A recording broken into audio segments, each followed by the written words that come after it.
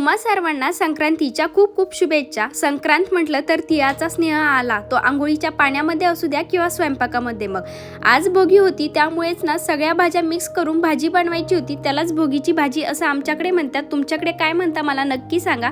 या संक्रांतीला ना मी नवीन साडी घेण्याचा काही हट्ट यांच्याकडे केला नव्हता, कारण या ज्या 2-3 साड्या आहे ना त्या मी एक वेळेस पण घातल्या नव्हत्या, पण ही शेवटची साडी बऱ्याच वेळेस घातली म्हणून ती काही घालायची नव्हती।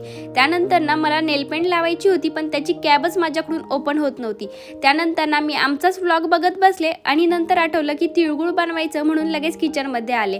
स्वच्छ तीळ करून घेतले, गूळ सुद्धा कापून घेतला आणि तीळ भाजून लगेच मी ना छान असं तिळगुळ सुद्धा बनवून घेतलं होतं। संध्याकाळी हे आल्यानंतर आम्हाला बाहेर जायचं होतं, थोडंसं सामान आणायचं होतं, पण या ट्रॅफिकमध्ये एवढा वेळ गेला ना, एवढं फिरल्यानंतर ना मला काही काळ्या कलरचे खण मिळाले नाही, हे लालच मिळाले होते। घरी येताना बघते तर काय, इकडे संक्रांतीलाच होळी पेटलेली होती। काय मला काही समजलंच नाही, पण काय होतं हे मला जर कळालं तर मी नक्की तुम्हाला नेक्स्ट व्हिडिओमध्ये सांगेन। घरी येऊन लगेच स्वयंपाकाला लागले ना। आजच्या जेवणामध्ये छान असे पेपर डोसा बनवलेले होते। जेवण वगैरे केलं आणि त्यानंतर स्किन केअर करून घेतली।